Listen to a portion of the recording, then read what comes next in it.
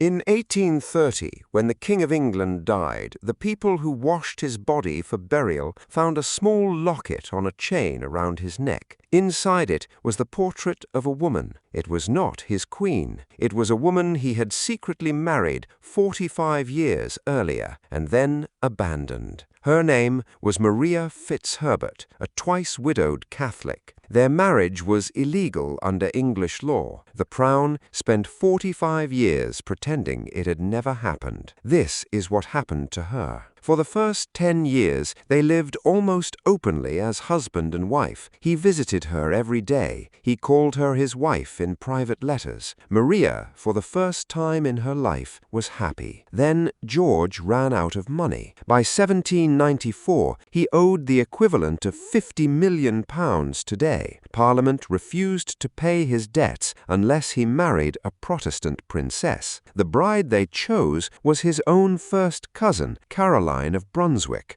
George met her 2 days before the wedding. He took one look at her and demanded a glass of brandy. On the morning of the 8th of April, 1795, he was so drunk he had to be carried into the Chapel Royal. As he stood at the altar, his private secretary heard him whispering one word over and over: Maria, Maria, Maria. He had abandoned her. The British state declared the marriage to Caroline the only legal one. Maria was officially a mistress. Privately, she was a widow whose husband was still alive. She refused to come back to him for years. Eventually, she did, only to be abandoned again when George took yet another mistress. By 1811, it was over for good. For 20 years, they lived apart. He grew obese, gout-ridden, isolated. He kept her letters under his pillow. When his health began to fail, he asked for one thing: to be buried wearing the locket he had worn his entire adult life. George IV died on the 26th of June, 1830. When the new king was told what had been found around his brother's neck, he wept. He went to Maria and offered her a dukedom. She refused. She asked only to wear black widow's weeds. She lived another 7 years. Her final letter to George was never answered. Maria Fitzherbert died in Brighton on the 27th of March, 1837. In her parish church, on the lid of her tomb, 3 small bronze rings can still be seen carved into the stone. 3 wedding bands for her 3 marriages.